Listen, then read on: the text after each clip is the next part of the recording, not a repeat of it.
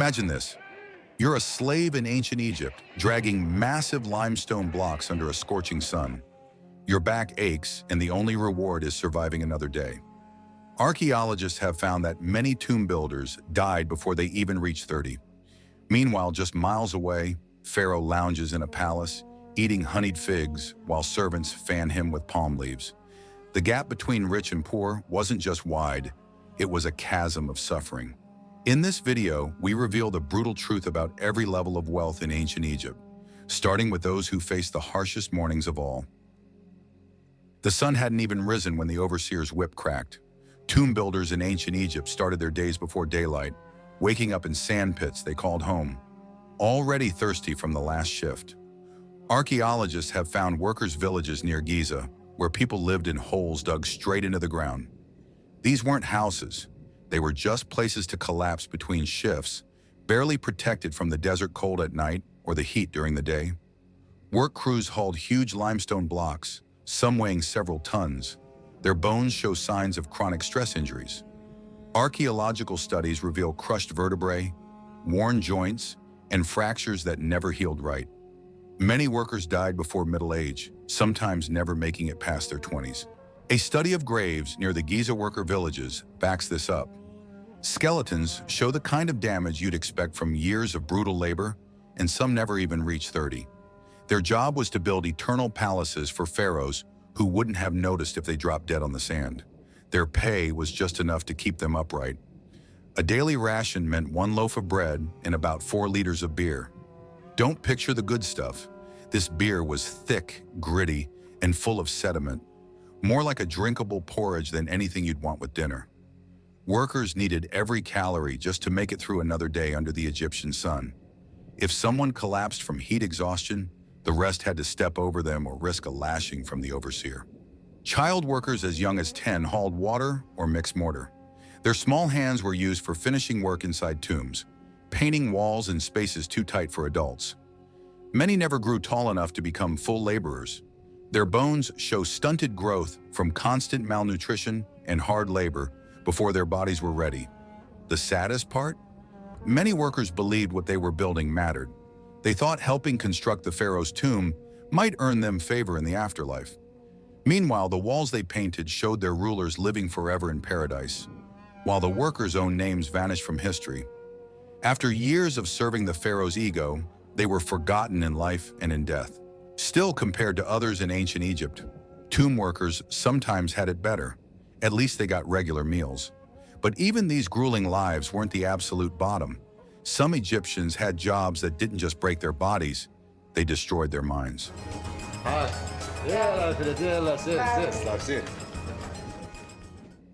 Being a household slave in ancient Egypt meant living under constant threat. But the pain wasn't just physical. Domestic slaves faced daily mental torment, with legal records from thieves listing punishments for even the smallest mistake. Accidentally making eye contact with a master could mean a beating. Slaves were legally treated as property, and household lists often grouped them with livestock or tools. Just another possession to be managed. Spill wine? That's 10 lashes. Forget to bow fast enough? You might get branded on the arm. For female slaves, the risks were even higher. Many were forced into concubinage with no right to refuse. Medical texts mention crude methods women used to end unwanted pregnancies, and some mothers resorted to desperate measures to spare their children from a lifetime in chains. The system made sure that, even at birth, a child's fate was sealed. Court records show that severe physical punishments were common for minor mistakes. Some slaves were mutilated, losing fingers, ears, or worse, just to set an example. The worst offenders weren't just punished, they were sent to mining camps in the eastern desert. Life there was so harsh that many lasted only a few months under brutal desert conditions. The law offered no protection for slaves. One Middle Kingdom legal text spells it out. If a slave disputes his master, his tongue shall be cut out. Temples ran slave markets where people were sold for less than the cost of a donkey. Sale contracts described slaves by their defects, like livestock. Female, age 20, sound of body but lazy, or male, strong back, missing left eye. Some slaves did the jobs nobody else wanted. In morticians' workshops, they handled decaying bodies for embalming, breathing in chemicals that burned their lungs. Their only reward was scraps left over from funerary feasts. One record describes slaves fighting over spoiled meat, the only food they'd get that day. Temple slaves had their own hell. They cleaned up after sacred animals, scooping crocodile dung or cleaning lion cages. Some rituals went even further. Archaeologists found a tomb at Abydos where dozens of skeletons lay around a mummified bull, evidence that slaves were sometimes buried alive as part of religious ceremonies. At night, household slaves slept wherever there was space, in kitchens, stables, or under staircases. Excavations in Amarna found child-sized skeletons curled up beneath stairs, with bones showing signs of malnutrition and old injuries from beatings. There was no privacy, no comfort, just exhaustion. Even holidays brought no relief. During festivals, slaves worked the hardest, preparing feasts they'd never taste. Tomb paintings show slaves fanning guests at banquets, their ribs visible through their skin, while texts brag about how little was spent feeding them. This was the reality for Egypt's forgotten slaves. Cooking meals they couldn't eat, cleaning houses they couldn't enter, and raising children who'd inherit nothing but their chains. And while household slaves had a roof, the next group often starved in the fields. Farmers in ancient Egypt made up the backbone of society, but their lives were anything but secure. They weren't slaves, but you'd have a hard time telling the difference during a bad year. Everything depended on the Nile. If the flood was too low, fields dried up. Too high, and entire crops washed away. Archaeologists have found villages that all but disappeared after 2 years of failed floods. Generations wiped out because the river didn't cooperate. No matter what the fields looked like, tax collectors always showed up. Records from the New Kingdom describe officials taking large portions of each harvest, sometimes more than half. If the crops failed, it didn't matter. The Wilbur Papyrus lists cases where officials took everything, even the seed grain needed for the next season. With nothing left, families sometimes survived on whatever wild plants or scraps they could find. Famine diets were a mix of desperation and luck, what you could pull from the riverbank or dig out of the mud. Home was a mud brick hut, which worked fine until the rare rainstorm turned it into sludge. Floors were packed dirt, and sleeping spaces were shared with whatever animals you owned, if you had any left. When the Nile flooded too much, families sometimes waded out the water on what was left of their roofs, hoping the current didn't take their home with it. Kids didn't get childhoods. As soon as they could walk, they worked. 5-year-olds scared birds from the fields. By 8, they hauled water in clay pots. By 12, they were plowing right beside their parents. Disease was rampant.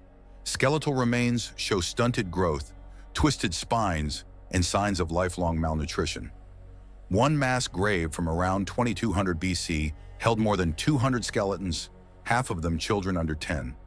Famine and illness didn't just visit, they moved in for good. When crops failed completely, farmers faced choices that weren't really choices at all. Some fell so deep in debt they took servitude just to keep their families alive. Temple records mention families giving up their freedom during droughts, trading their labor for a few sacks of grain. Others turned to theft or banditry, but that only led to public punishments, crucifixions along trade routes, or worse. Harvest time didn't bring relief. Tax officials showed up with archers, and anyone who resisted lost more than just grain. Tomb paintings show these scenes. Officials collecting taxes at arrow point. Farmers' names written down for punishment if they couldn't pay enough. One receipt from Memphis describes a farmer beaten for short measures after locusts destroyed half his crop. Trading didn't help much. Barter ruled everything, but farmers always got the worst deals. A craftsman might trade linen for wheat, but the farmer needed that linen just to clothe his family. Money wasn't a thing yet, so if you wanted a better tool, you might have to trade weeks' worth of grain for something as small as a fishhook. The irony is hard to miss. Farmers grew Egypt's wealth, but saw none of it. All the gold in the pharaoh's tomb? Paid for by their grain. The temples, the palaces, the fine linen, all built on the backs of people who usually owned only a single rough kilt and a pair of calloused hands. When droughts hit, the truth came out. Urban areas got food first while farmers starved. The Ipwer Papyrus says it all. During famine, farmers ate their seed grain, their animals, even grass, while granaries in the cities stayed locked tight. For these farmers, the Nile was a fickle overlord. Feed the nation or die trying. And while they kept the whole system running, the next rung up the ladder didn't offer much more comfort. Craftsmen and soldiers in ancient Egypt found themselves stuck in a strange in-between. Never starving, but never secure. For craftsmen, life meant long hours in simple workshop homes, surrounded by tools that were sometimes worth more than the walls themselves. Goldsmiths handled treasures that would make modern bankers jealous, but their own possessions might fit in a single basket. Archaeologists at Amarna uncovered these workshops, showing that even skilled artisans slept on reed mats beside their workbenches. A carpenter could spend months carving a noble's bed, then go home and sleep on the dirt floor. The pay was nothing to brag about. Temple records suggest that copper earnings for painters and sculptors barely covered daily needs, certainly not enough to feed a large family. One sculptor from Deir el-Medina complained in a letter that, despite making statues for Pharaoh's tomb, he couldn't keep his children fed. The official response was always the same: keep working or someone else will take your place. Scribes were a major exception. They could read and write, which made them valuable in a world where almost no one else could. Ancient texts like the Satire of the Trades made it clear. Scribes outranked manual workers, and everyone knew it. A scribe managed harvest accounts for entire villages, and parents pulled strings to get their kids into scribe schools. Soldiers had their own version of disappointment. New recruits joined for steady rations, mostly bread and beer, because money wasn't really part of the deal. Surviving military rosters from the Ramesside period list soldiers getting their pay in food and drink, not coins.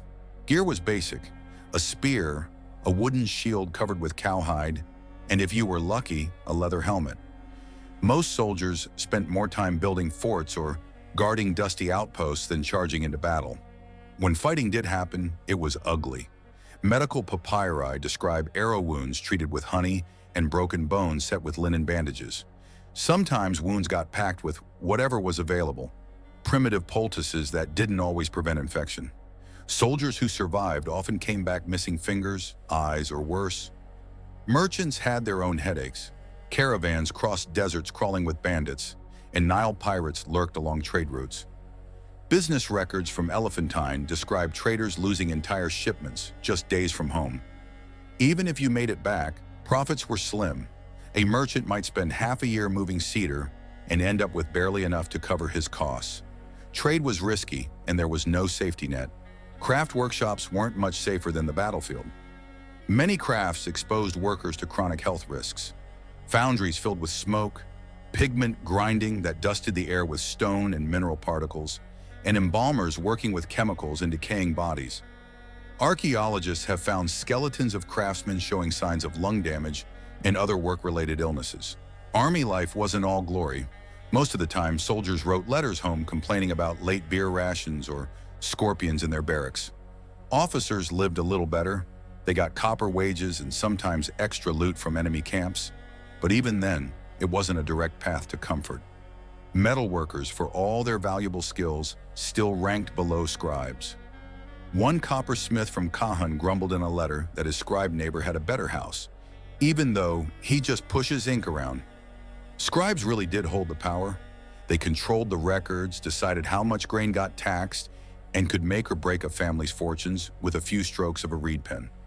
That's why parents push their children towards scribe schools whenever possible.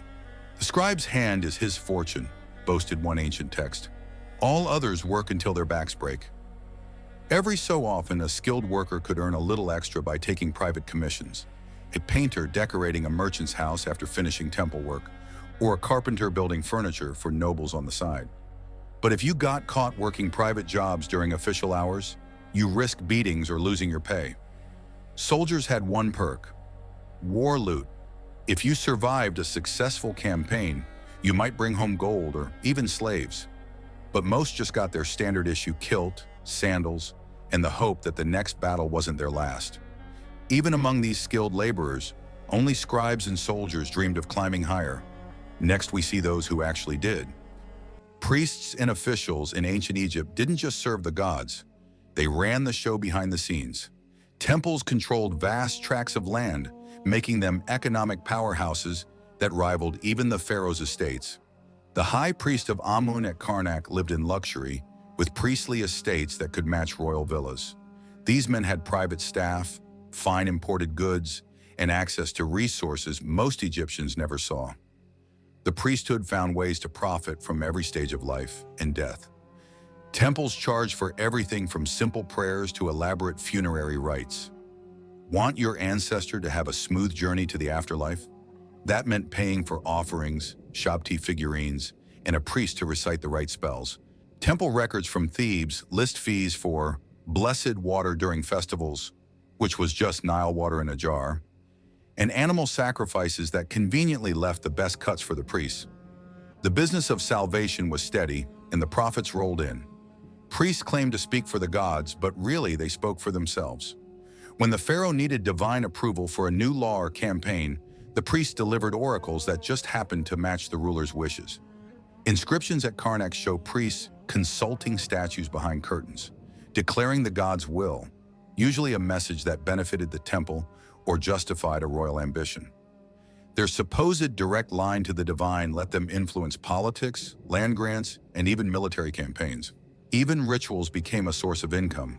Before anyone could enter a temple, purification was required, meaning you had to buy natron salts and incense, which weren't cheap. Workers' notes from Deir el-Medina complain about spending a whole month's wages just to attend a funeral. The temples even charged fees for proper mourning, so families paid extra just to grieve. High-ranking priests didn't dirty their hands with the real work. The famous lector priests chanted spells at funerals, but the messy business of mummification was handed off to workers who weren't even allowed inside the temple. Embalmers signed contracts promising silence, with flogging as the penalty for revealing secrets. Temples ran like corporations, with their own fleets, breweries, and even private jails. Records from Edfu list over 1,000 workers who volunteered to pay off debts but couldn't leave until they died. Their contracts read more like prison sentences, with a few extra prayers thrown in for good measure. Officials were masters of bureaucratic misery. The Wilbur Papyrus describes tax assessors measuring fields down to the last meter and charging fees for the wear on their ropes. Sometimes farmers were taxed for floods that hadn't even happened yet. The system was built to keep people in debt, always owing more to the temple or the state. Corruption reached the highest levels. When pharaohs grew old or weak, priests and officials often called the shots, approving decrees that handed them more land or wealth. At one point, the Amun priesthood owned more ships than the Egyptian navy. Even children of wealthy families could buy their way into cushy temple rolls, while poor kids scrubbed floors for scraps. Temples thrived on everyone's fear of divine wrath. But who held more riches than any priest? We're about to meet them. Nobles and royalty in ancient Egypt operated on a level most people couldn't even imagine. While farmers counted every crumb, nobles hosted feasts with roasted duck and honey cakes on golden platters. Their villas had surprisingly advanced storage rooms for luxury foods. Archaeologists found evidence of imported wine and rare fruits kept cool even in the desert heat. The hardest decision a noble faced was which imported cushion to use or which scented oil to wear. Their tombs make their priorities obvious. Nobles were buried with gold sandals, perfume jars shaped like animals, and enough jewelry to outfit a small shop. One noblewoman's grave turned up 35 wigs, because apparently you needed a fresh hairstyle for every day in the afterlife. Noble diets were the stuff of excess. Their meals were loaded with sugar, fat, and imported delicacies. Studies of mummies show that the elite suffered health problems linked to their rich diets, dental issues, joint pain, and other chronic conditions. While workers' skeletons show stunted growth and malnutrition, noble mummies sometimes reveal the opposite, evidence of overeating and a lifestyle that led to problems like gout. Being well-fed was a status symbol, and they wore it on their bodies. Their houses were nothing like the cramped huts of the poor. A noble's estate at Amarna had separate rooms for eating, sleeping, and socializing, luxuries unheard of by regular Egyptians. Floors were painted to look like ponds with fish, so you could pretend you were walking on water. Elite children weren't learning how to survive. They were learning how to rule. Their schooling focused on administration, reading, writing, and managing labor. Ancient texts like the Instruction of Kati pushed the idea that scribes and overseers were above manual workers. Teenage nobles practiced their writing by copying texts about their own superiority and the importance of controlling others. Even their animals live better than most people. Archaeologists have found dog graves with collars decorated in turquoise beads, and even monkeys buried with gold jewelry. Meanwhile, slave children worked barefoot in those same households. Tomb paintings show pets lounging at their master's feet, while human servants stand in the background, ignored. Fashion was all about showing off. Nobles wore linen so fine it was nearly see-through, sometimes woven with gold threads. They changed outfits multiple times a day, with palace laundry lists detailing hundreds of garments washed every week. Some robes had sleeves sewn shut. Nobles didn't need to use their hands for anything. Justice was a different game for the elite. Nobles could appeal directly to the pharaoh and often bribe judges with wine and jewelry. The punishments for nobles were laughable compared to what commoners faced. A noble caught stealing might get demoted. A farmer would lose a hand or worse. For all their decadence, nobles still bowed to the pharaoh, whose power dwarfed even theirs. Absolute power in ancient Egypt wasn't just a title, it was a performance, and the pharaoh was the main act. Every day, his life ran on rituals that hammered home his status as a living god.